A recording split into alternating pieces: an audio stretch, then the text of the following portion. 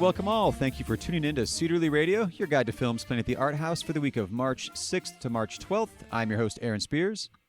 And I'm Dave Huffman, Director of Marketing for Cleveland Cinemas. And on this week's episode, we'll be discussing The Banker, Emma, Greed, Ordinary Love, and Run This Town.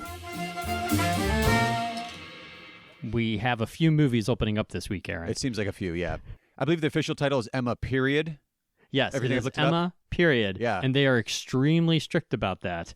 And everything, you have to make sure you always list it as Emma, period. Huh. Yes. Whole emails have come out from the studio about that. Really? So, yes.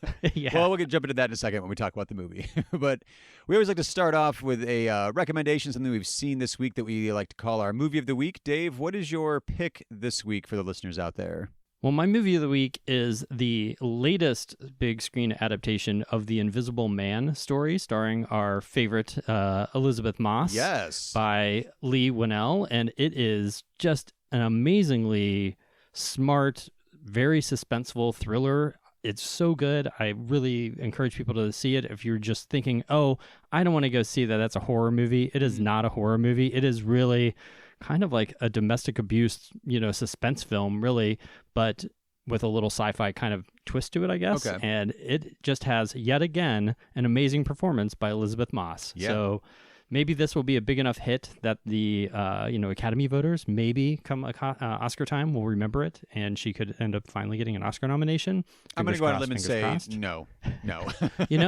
Wait till you see it. You don't know. No, She I believe might. you. I'm not saying it's not quality. Yeah. I'm saying that it's not going to be remembered. And at this point, I'm of the opinion that she's got more street cred, that she's not getting any recommendations or any accolades from the Academy. So, well, this director's last film was another really kind of underappreciated and underseen movie called Upgrade. That if you haven't seen it, it's just a really good kind of, again, sort of like a sci-fi techie kind of action movie, but it's just really smart and very, very good. So he kind of knows how to do these things, and this one's really great. So I'd encourage people to go see it. This is another Blumhouse production, right? Yeah, it's a Blumhouse production that they, again, made for very little money and opened up with almost $30 million. So and it's really good quality. So, I mean, it's a very good film. So I'd encourage you to check it out. Smart. I know you like Elizabeth Moss. I do, yeah. So hopefully you'll go see it. Well, I went with Seberg this weekend instead of that one. So I was like, what are you going to do? Well, I'll catch up with you. Yeah. Well, but Seberg, Seberg, we're already losing it here at the Cedarly. It only lasted a week. So you made the right decision as far as which movie to see in the theater. So. Right. Mm-hmm. And what about you? What's your movie recommendation? Okay, so you can tell by my hesitation and my preface. I need to explain. Is it this a garbage movie? Oh, all right. It kind of is. It's a garbage disaster movie, so you might be. You'll be interested. I'm all over it. Yes. But it's on the edge of maybe being an inappropriate recommendation given the current global situation we find ourselves in. But. So we've been championing on the show, not just seeing the high-quality awards movies from other countries. If you're going to watch a foreign film, watch a genre movie, watch a sci-fi movie, watch a horror film, watch something else. Doesn't mean they're not good. It's just see what all they have to offer. If you haven't seen a Russian action film, make sure you watch one. It doesn't have to be just the Academy nominated sort of stuff. So we've mentioned a lot about South Korean films as well over the years, even before Parasite. And there was one that popped up. They really bury the foreign films on Amazon sometimes. So I was specifically looking for a foreign film, hopefully from South Korea, on Amazon, and I found a movie from 2013 called Flu. F-L-U. So the quick IMDb description is: chaos ensues when a lethal airborne virus infects the population of South Korean city, less than 20 kilometers from Seoul. It's from director Kim Soon-soo. I'm completely unfamiliar with anything else Kim has done before, but this one was kind of, it's a subpar kind of action thriller, but like it moves, and it's about a flu, and it couldn't be more topical to watch something the way that a society sort of collapses when a horrible outbreak comes. But it's almost to the point of comedy in this one, I have to say. Once everybody's fully quote unquote infected, well, not quote unquote, they are infected, there's just like mass people vomiting blood in the streets, and it just goes full just like gore, kind of sci-fi horror. And I was just kind of just smiling and enjoying it. It's really interesting practical effects with a mix of some digital, but it was a fun, disaster film to watch one evening. I love a disaster movie, so I will be checking that out. That's about the end of that. There's nothing else to it, and we have so many new movies opening this weekend. I actually wrote a note here that I feel like we've got just about every genre covered. All right. There is Gaming the Rigged System. We've got a classic adaptation with lots of great costumes. We've got a satire of the uber wealthy. Couldn't be more timely there as well. An intimate marriage drama and a political scandal journalistic movie. So that covers quite a variety. Yeah. Yep. So let's jump right in. The first one up is the Gaming the Rigged System, as I was calling it, film. It is called The Banker from director George Nolfi. This is based on the true story in the 1960s of two African-American entrepreneurs hire a working-class white man to pretend to be the head of their business empire while they pose as his janitor and chauffeur. What they're doing is they're buying a bank, and they want to lend money to other African-Americans so that they can experience the American dream. So, what's your plan, Mr. Garrett? How would you like to buy a bank? What the hell do we know about banking? Owning a bank is like owning the other side of the real estate business. There's a few complexities you just left out. Like what? Oh, I'm sorry. Did I not wake up black this morning? Because I'm pretty sure I did. Yep, still black. I got my head full of dreams. I came here to try my hand at real estate. You matter, millionaire units? The time never stops. I like seeing black men succeed. Sometimes I even invest some of my own money to back them. I know you're smart and ambitious. You and I both know that's not enough. It's time that someone shine a bright light in order for things to change. You starting to buy real estate in white-only neighborhoods? Keep one eye open. Think about all the good we can do for the community. Taking it to the man. That's exactly what we're gonna do. And just how in the hell do you plan on pulling that off? We get Matt to front for us. You want me to what? Be us to the rest of the world. We can't set foot in the bank unless we the help. Should have took limo driver when you had the chance. I don't know anything about banking. I don't know how to buy a bank. We'll teach you everything you need to know. You gotta learn how to talk to rich white folks like you one of them. And you can't fake a golf game. Make me proud, son.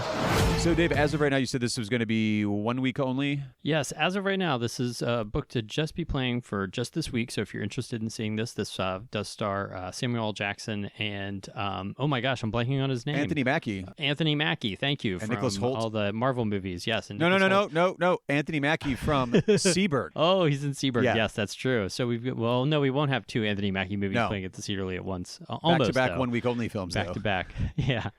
So, but yeah, it's a film that was supposed to come out last year, but then it got moved to early this year. So finally, we're going to be opening at the Cedar Lee. I know a lot of people were probably like, "I saw that trailer a long time ago. Whatever happened to that movie?" And well, the studio decided to move it around a little bit. So now it's coming here finally this coming week. It's another streaming. Well, I don't know if we count Apple as like in the streaming world, but they do have Apple Plus or Apple TV now. So it's another streaming entity that's going with the theatrical model of putting their content. Right. Out in theaters. This is an Apple, well, they bought it. They didn't produce it, but an Apple original, as they're calling it, coming out into theaters.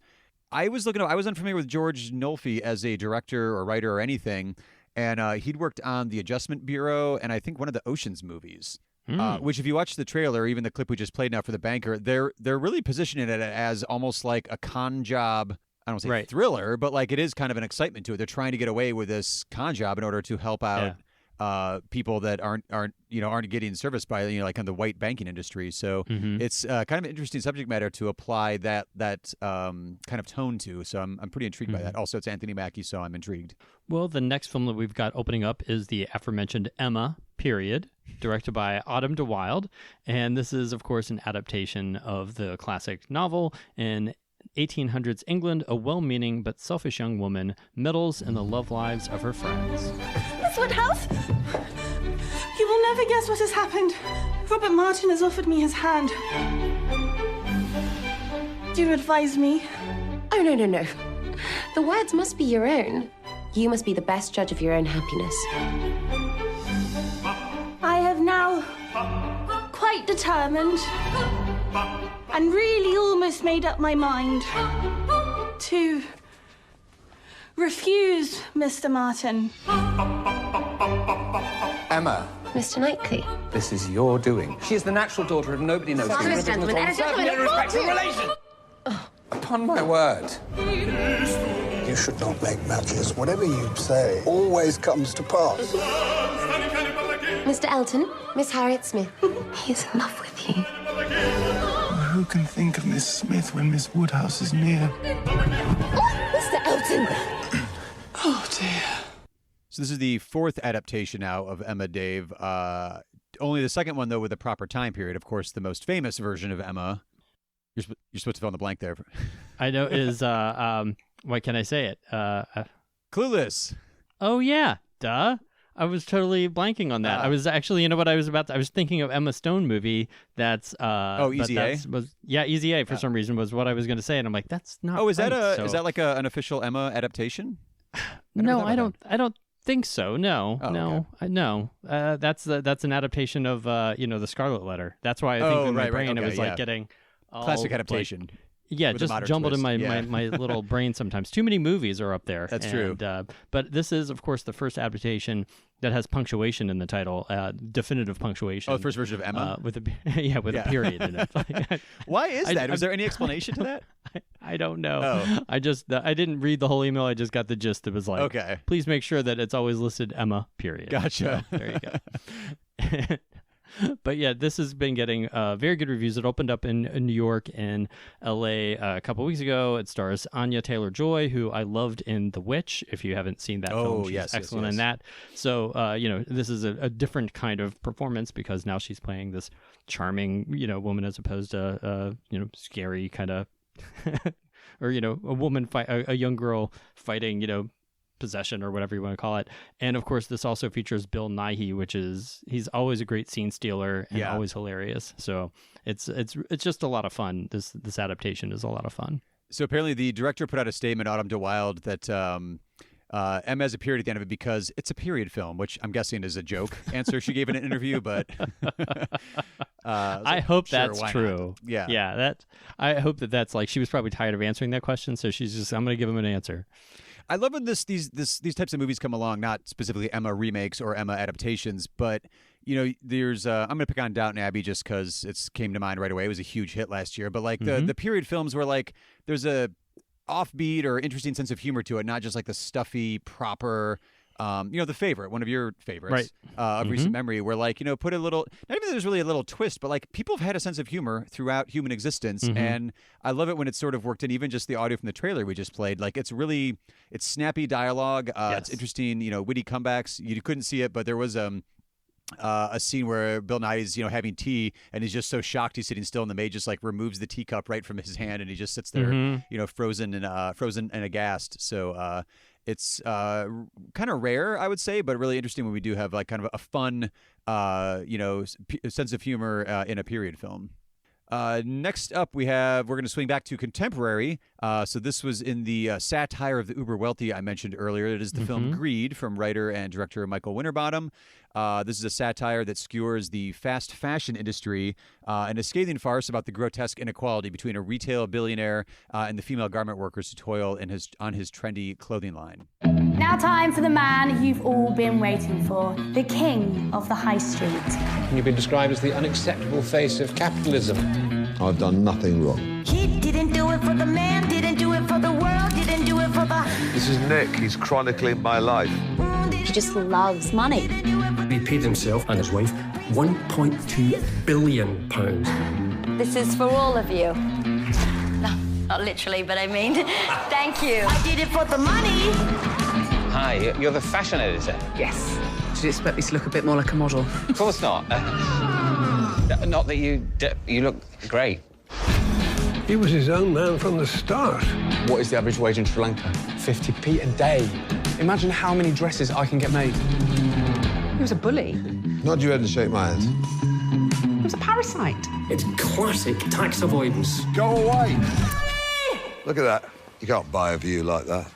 Oh, wait, no, I have. We've been working on this party for over a year. He wants it to repair his reputation. It's all about image. The super yacht, the models. It's all part of a brand. How bad is it? No one reads the Mail online. It's cleavage clickbait. Yeah, except I'm the tit this time. So this, of course, stars Steve Coogan, who is no stranger to Michael Winterbottom. This is actually their seventh collaboration together. I don't know if it's part of it is like the whole Trip series, so they're up to what, like four of Trip those, movies, yeah. I mean, they're obviously still movies, but that's they are movies. They're but still yes, they've got their little series. Yeah, but they have a great rapport together, and he's exactly. definitely been one of his go-to actors. And of course, Steve Coogan is he's hilarious. Like, he's brilliant. If you see this, you can just tell he's having so much fun in this role as this ridiculous, highly tanned. I don't know if this is a word. Be-toothed. Is that a word? Oh, he is like his, Yeah. But like it's like played up even on the poster. It's just like his big kind of tan smiling face. Yeah, big white teeth. And it's just a ridiculous thing. Yeah. So when you watch the trailer, it's just got a great kind of some laugh out loud moments even in the trailer. You could say Adam Sandler was betoothed in Uncut Gems as well. So I think it does seem to be a trend recently. Maybe that'll have to be a Cedarly 3 topic at some point in the future. Our favorite betoothed performances. Yeah. And after two sort of films that have a later turn to them, the next one we're opening up is Ordinary Love, which is a new drama directed by Lisa Barros and Glenn Leyburn. This is an extraordinary look at the lives of a middle-aged couple in the midst of his wife's breast cancer diagnosis. Do you notice anything different about the soup? Is this a quiz? If I get it right, do I get another bowl of soup? I want you to get it right. That means what I did worked. I'm going to get it wrong on purpose now. For once in your life, can you be bloody normal? Yeah, I'm normal. Very normal. Isn't it so? There's no blood. Oh, we need tomato juice. I like tomato juice. Why don't you just eat more tomatoes? What's wrong with you? And this features, great performances by Liam Neeson and Leslie Manville, both, Oscar nominees for previous works. And, they're playing this couple that's showing the kind of love and devotion that they have for each other during this, the scariest kind of thing that a couple can go through. This is not, just to lighten it up a little bit, this is not your traditional February, winter Liam Neeson release. Usually he's chasing down a kidnapped family member or getting revenge on somebody. His very special set of skills for this is loving his wife. Right. That is it. And you can tell there wasn't a whole lot from the trailer to play as far as like dialogue goes, because most of the trailer is this great piece of music as you see them together fighting cancer and all that. But the opening that we just played really speaks to the chemistry they have together. And you also just sort of forget, like, Liam Neeson is a highly trained, highly skilled actor, even though he's gone a bit more in the action and science fiction route. You just sort of forget that he's got that toolkit, that skill set also in his toolkit there. And of course, Leslie Manville, I think a lot of people first noticed her in Phantom Thread and, want more. So this one, seeing somebody that also just two actors having that kind of chemistry right away is really fascinating to watch. And I'm excited for it because usually with relationship dramas, it's will they or won't they get together. And this one, you get to see like a functioning relationship on screen, which you don't really see hardly ever these days. Granted, it's going through some pretty tough times based on the plot of this film, but I'm looking forward to seeing that either way. So the last one we have coming up is political scandal journalist kind of thriller. It's called Run This Town, written and directed by Ricky Tollman. An emerging political scandal in Toronto in 2013 is seen through the eyes of young staffers at City Hall and at a local newspaper. What should I know about you? You're a writer. Pitch me.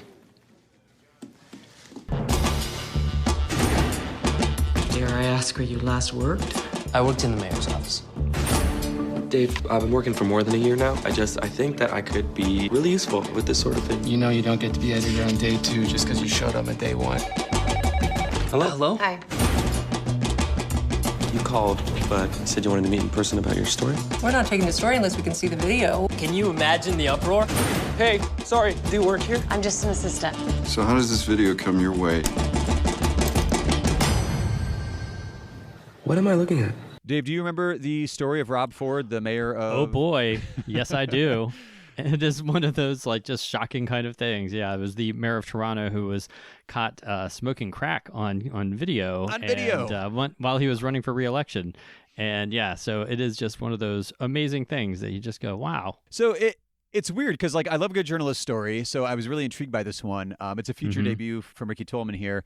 And the story itself, though, I immediately called to mind, Rob Ford and his whole political scandals and all that. So then I was like, well, let me read up a little bit more on Rob Ford. So reading through his Wikipedia page, you quickly stop laughing and go like, oh, this man happened to be in the public spotlight and a politician, but very, very troubled and was dealing with a lot of addiction, alcohol addiction, and then ended up dying very early on, I think like early 40s, right after this whole scandal was there. But the legal case and the journalistic case about how this video and this scandal broke is really fascinating just to read. So I'm hoping that it's intriguingly portrayed in the film. The trailer, the way they put it together, definitely it shows you the two sides, like how City Hall is dealing with the fallout from this, but then also how journalists in this day and age, well, it was 2013, but kind of the similar environment of fighting for clicks and fighting for these stories and trying to get this expose. But then also the court got involved and like you couldn't release the video, you couldn't publish about it. So there's a lot of interesting back and forth, and I'm always up for a good journalistic thriller. So, and if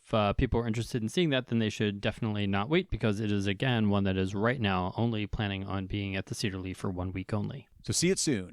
We will be right back with the special events of this week at the theater.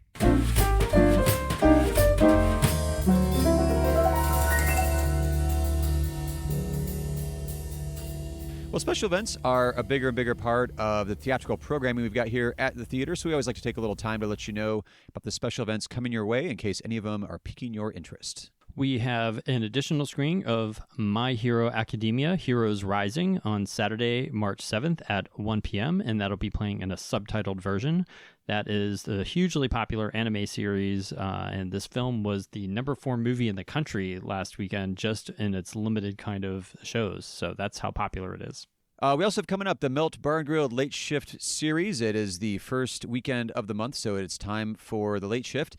This month, we are showing the classic romantic comedy, Amelie. Speaking of, that romantic comedy genre of Will They or Won't They Get Together, Amelie is, one of the poster children for that particular genre. So that is playing Saturday, March 7th at 9:30 p.m. and again at midnight with an encore Sunday, March 8th at 7 p.m. and is still the most popular in Cedar Lee history, I believe. The longest run. Yes. It is the longest run, and I believe still maybe one of the highest grossing movies as well, because it played for literally almost an entire year at the Cedar Lee and had the longest run in the entire country for that film. So people just here in Cleveland responded to that in an amazing way. So we bring it back every once in a while. It's one of the few foreign films that I ever actually program in the late shift, and people still come out for it. Yeah. So I love that people still respond to it. I love that movie as well. And I was looking up, and I had forgotten that it was nominated for 5 Oscars. Yeah. I knew that I remember that it did not win Best Foreign Language Film. Right. And it's even weirder, like for a film to be nominated, like this year, Parasite. Usually when a foreign film breaks out and gets more nominations, they at least win foreign language as their token. Right. And it didn't win that. So yeah. It was up for like cinematography and art direction and best screenplay. Oh, it should be, yeah. And then it didn't win any of them. So, I gotta say, it wasn't just in Cleveland. I was actually working down in Dayton at an art house theater, and it was only 2 screens, the neon movies. And at a certain point, we're like, we just need that other screen. So we even threw like a going away party. We had a cake and everything, and it sold it out again. We're like, oh, why are we getting rid of this? But just with only 2 screens, you're like, crap, we need the space. But no, it was just it was a massive phenomenon everywhere. And speaking of longest running movies, technically the longest running movie at the Cedar Lee is, of course, the Rocky Horror Picture Show, which will be playing this Saturday, March 7th at midnight as part of the Melt Bar and Grilled Late Shift series. And that, of course, will feature a live shadowcast performance by Simply His Servants. Did it crack 30 years yet? I knew it was getting close. It's over 30 years. Over 30 years. Yeah. Okay. Over 30 years. You just lose track after a while. Like over decades, 30 years at the Cedar Lee. Right. Yeah. Uh-huh. Right. So we have some encores that have been added by popular demand. The big hit of the weekend, which really is no surprise. It was a big hit last year. It's a big hit this year. Everyone loves cats. Cat Video Fest 2020 is going to continue with a few more shows here at the theater. Sunday, March 8th at 11 a.m. and Tuesday, March 10th at 7 p.m. And keep in mind, a portion of each ticket benefits the Euclid Beach Cat Project. And we have one more screening of the Anne Frank Parallel Stories, which is a new documentary featuring Helen Mirren narrating it. And that is going to be Sunday, March 8th at 11 a.m. And Fathom Events presents Tokyo Godfathers, Monday, March 9th at 7 p.m. This will, of course, be shown in the subtitled version. The acclaimed classic anime from master director Satoshi Kon. It returns to theaters in a brand new digital restoration. And we have the next production from the National Theatre Live, which is going to be Cyrano de Bergerac, starring James McAvoy, and that's going to be Wednesday, March 11th at 7 p.m. This is an event of new adaptation directed by Jamie Lloyd and was captured live from the London's West End. So if you're a regular listener and are wondering where our Cedarly 3 picks are for this week, follow the links in the show notes or head over to our social media accounts where we are posting our picks for our favorite director, actor, actress collaborations in honor of Greed, Michael Winterbottom and Steve Coogan's 7th collaboration together. We thought, let's take a look at some other collaborations that have been very fruitful over the years. So that is our topic for this week. Join us next Thursday when, as of right now, we will be discussing the new film, Wendy. As always, thank you for tuning in to Cedarly Radio and lending us your ears this week.